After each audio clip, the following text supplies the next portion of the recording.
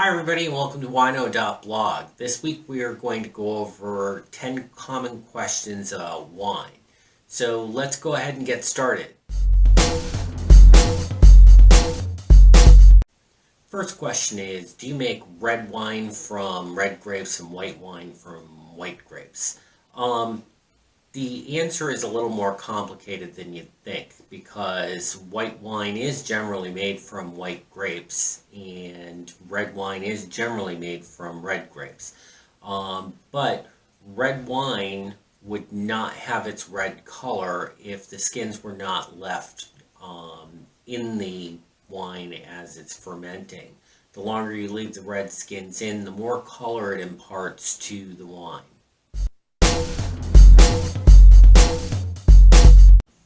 Question number 2, what is wine fermentation? So wine fermentation, simply put, is the action of yeast upon the juice from the pressed grapes. So while the grapes are out in the vineyard growing, on the stems and on the grapes, there are some naturally occurring yeasts. So when those grapes are harvested and pressed, those yeasts get into the juice and actually begin the fermentation process. So the fermentation process is the yeast eating the sugar and leaving behind alcohol in its place. So the more sugar in the wine, the more possibility for alcohol in the wine.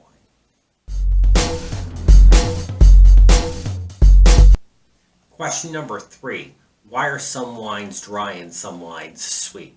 So that has to do with the amount of sugar left over in the wine after the fermentation process. So sometimes if you want a sweeter wine, you may stop the fermentation early to leave behind a greater residual sugar. That is going to leave you with a sweeter wine, whereas though allowing that fermentation process to go further and further and further means that you're going to have a drier wine because there's less residual sugar left over.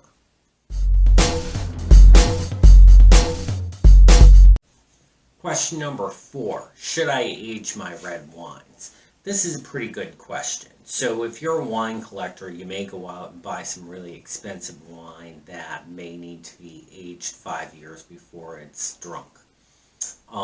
But in most cases, it is not necessary to age your red wines.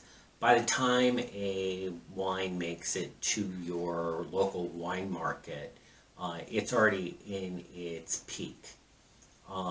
This is because the vineyards don't generally release a wine before it's drinkable. So the short answer to this is no, you don't really need to age your red wines. Question number 5, when will my wine be at its peak? So most often you can consider any wine that is in your local wine mart at its peak because as I said before, the vineyards do not generally release wines that are not ready to drink. So there are some exceptions to this, especially for wine collectors. So if you're buying a more expensive wine that does need to be aged, it is probably going to have a set of dates that the vintner has decided that this wine is going to be at its peak. So by going to look at the website of the vintner or the vineyard, you can look up the wine, find out all of the specifics about it, and learn when the peak drinkability is for it. Although generally by the time you buy it, it has reached that peak.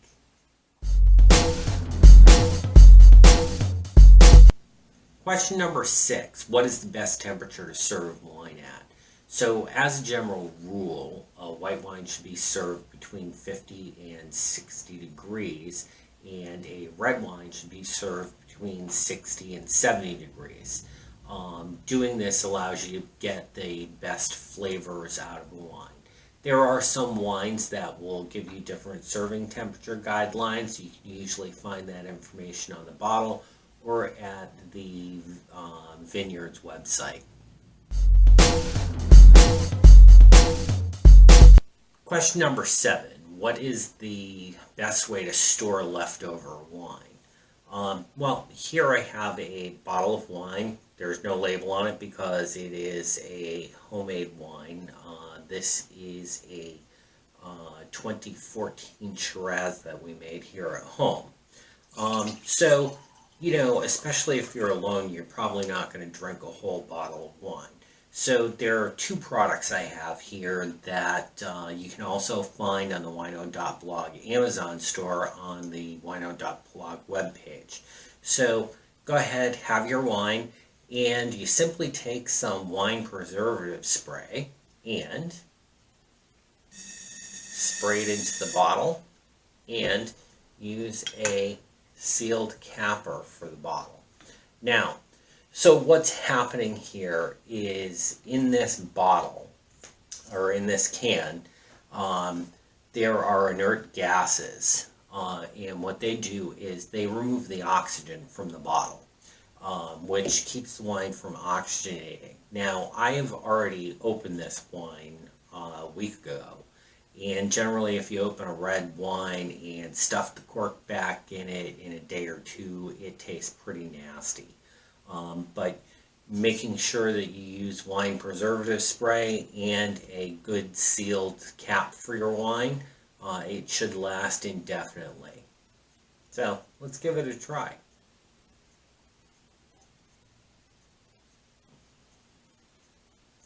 Tastes just like the day it was opened.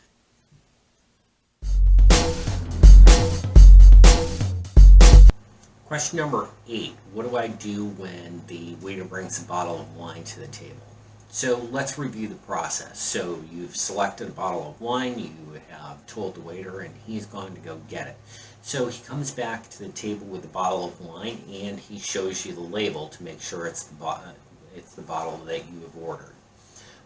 So the next thing he does is he's going to open the wine, and he's going to visually inspect the cork. And what he's looking for is he's looking for wine to have gone all the way up the cork. What this would mean is there has been shrinkage in the cork and air has gotten into the bottle. The next thing that he is checking for is to make sure that the cork smells right. So he's going to sniff the cork, and he is looking for any real off smells in the wine. So then he's going to pour you a little bit of wine in your glass. So what do you do here? So you take the wine, you swirl it around a little bit to aerate the wine just a little, and you give it a smell. So what are you looking for? You're looking to make sure that the wine doesn't smell like it's gone bad. Now we're going to taste for the same thing. And the wine tastes like it is supposed to. So you look at the waiter and you say, good. And the waiter goes around, pours out a little wine for everybody else at the table, and comes back to you and tops your glass up to the proper serving size. So all of this is to make sure that we're doing a quality check on the wine. I think the common misconception here is that you're looking to see if you like the wine. That's not really the case. What we're doing here is we're making sure that the bottle of wine that we've purchased is fit to be drunk. So once you've determined that, everything's all set and you've gone through the process like a pro.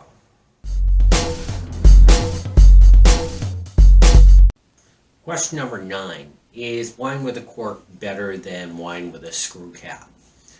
So cork has been used for hundreds and hundreds and hundreds of years for wine.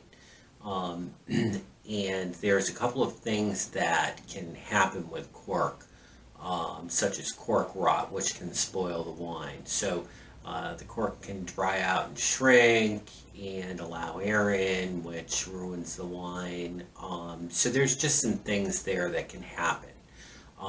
It is by and large still the most used wine closure. However, these days screw caps are really making a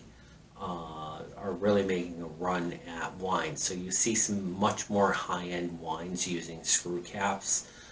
Screw caps are just as effective at keeping air out of the bottle as cork is, and you don't have to worry about cork rot or anything like that with the screw tops. So just because a wine has a screw top does not mean it's cheap wine. You're going to start seeing that more and more on more and more expensive wine.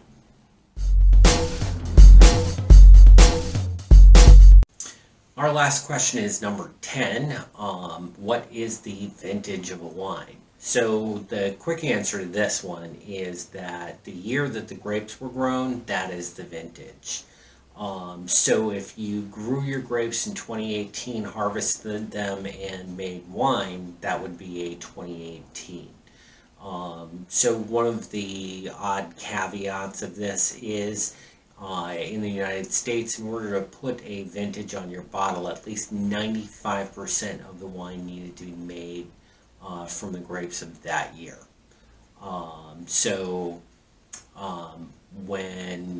When vintners are blending wines, most of the time they're sure to use wines from the same vintage just to make things a little easier.